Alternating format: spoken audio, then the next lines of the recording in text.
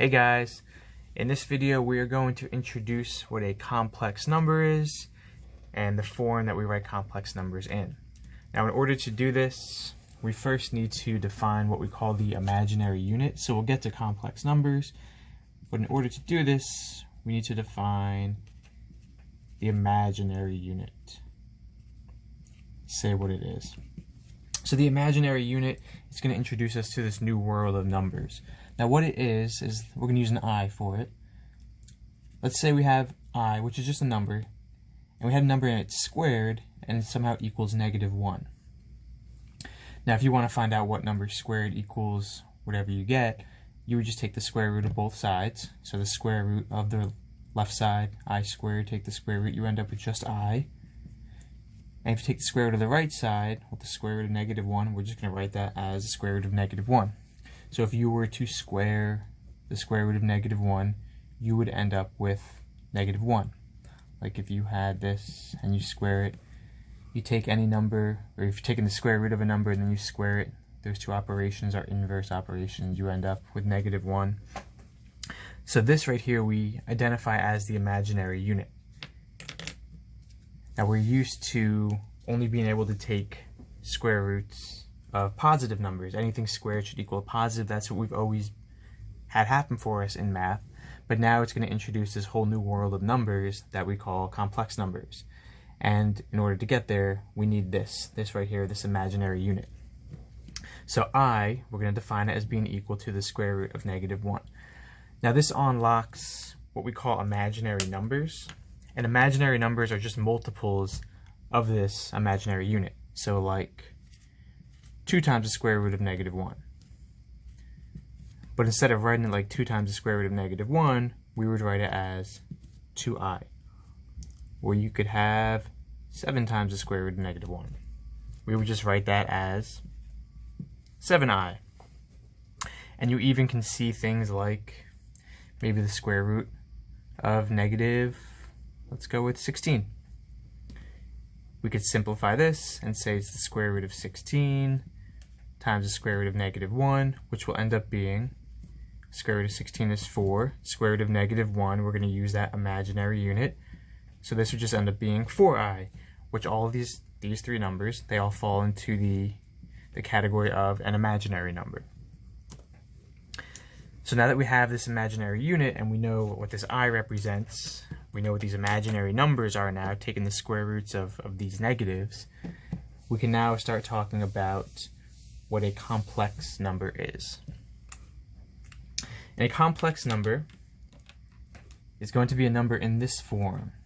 It's going to be in the form a plus bi.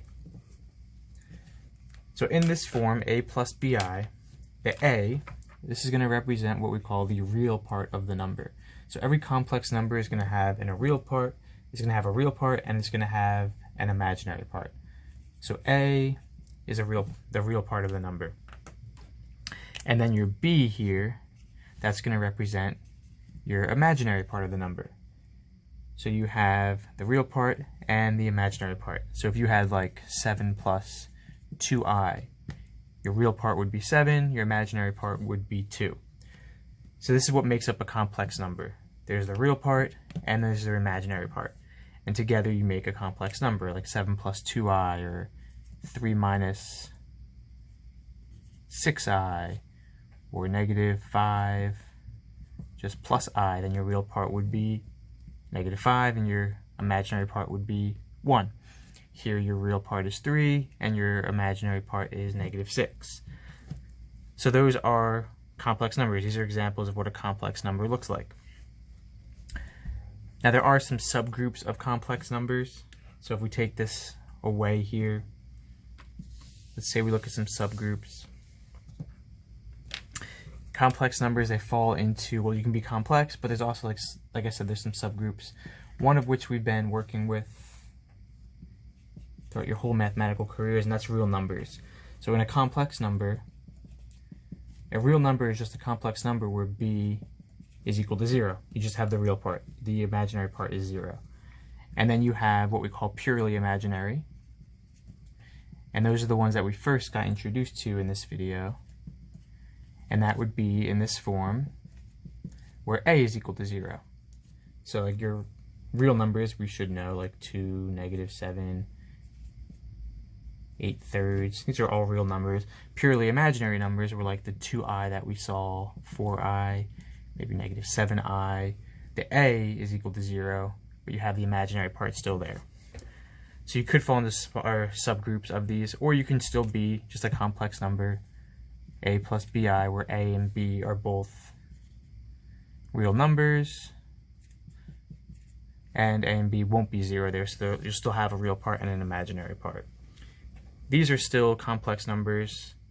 They're just a subgroup of complex numbers. So every purely imaginary number is still a complex number. Every real number is still a complex number. Alright, so let's work on getting some numbers into the right form. So we have 3 examples here, and all we want to do is represent each number as a complex number in the form a plus bi. So our first one, we just have the square root of -9, and we want to convert this into a complex number. So what we're going to do, and I'm going to show my steps here, we're going to have the square root of 9 times the square root of -1. You want to get that square root of -1 so you can use the imaginary unit. Square root of 9 is 3. Square root of -1, well, we should know that's the imaginary unit, so this is going to be 3i, and this is a purely imaginary number. So the square root of -9, we would represent that as 3i as a complex number. Actually, we'll leave that. Our next one, we have 2 plus the square root of -64. So the 2 is fine where it is. Let's go ahead and simplify this, and I'm going to show my steps. Square root of -64 is the same thing as the square root of 64 times the square root of -1. So we can go ahead and take the square root.